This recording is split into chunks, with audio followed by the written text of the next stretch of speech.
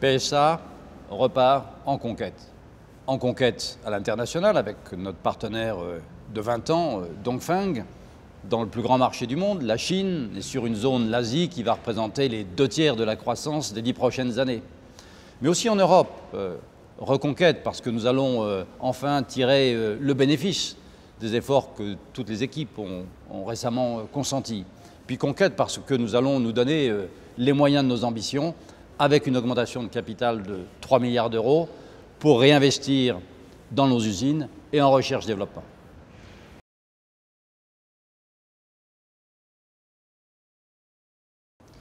En Europe, le redressement du groupe commence à porter ses fruits.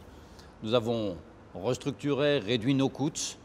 Nous allons tourner à pleine capacité à horizon des 2 prochaines années.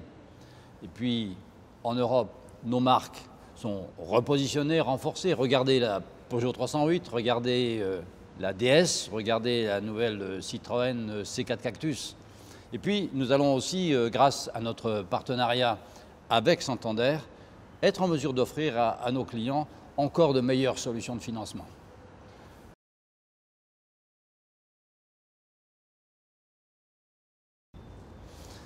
Ce nouveau partenariat avec Dongfeng va reposer sur 3 piliers. Le premier, un triplement de notre production et de nos ventes à partir de notre coentreprise en Chine. Le second, la création d'un centre de recherche et de développement qui va être focalisé sur les technologies pour les pays émergents, les pays en croissance. Et puis, troisième pilier, la création d'une coentreprise pour exporter et vendre nos voitures, nos marques en Asie du Sud-Est.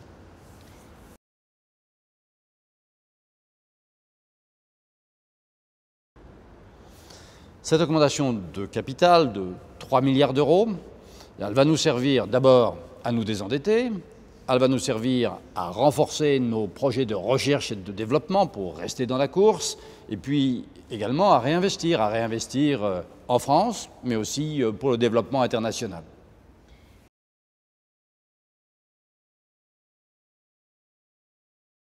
Vous savez, PSA fait partie du patrimoine industriel national. Nous sommes la locomotive du secteur automobile en France, qui représente directement ou indirectement un emploi sur 10. Et nous avons pris des engagements d'investir 1,5 milliard d'euros sur les 3 prochaines années dans nos usines, de produire au moins 1 million de voitures, de faire les 3/4 de notre recherche-développement en France. Donc cet accord, c'est un moyen de valoriser également les compétences de nos ingénieurs, les compétences de nos stylistes, de valoriser nos marques françaises. Donc je suis convaincu que cet accord qui va créer un élan de développement dans le groupe, eh bien ce sera un booster pour l'engagement, ce sera un booster pour le moral de nos équipes.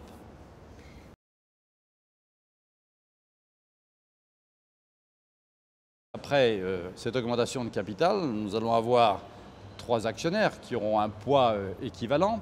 Donc en termes de représentation au conseil de surveillance, une représentation équilibrée, donc une gouvernance renforcée.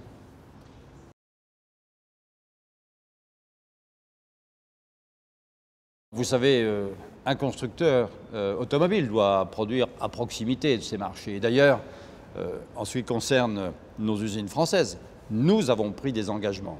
L'engagement d'investir 1,5 milliard d'euros dans les 3 prochaines années dans nos usines, de produire au moins 1 million de voitures et de conserver en France les 3/4 de notre recherche-développement.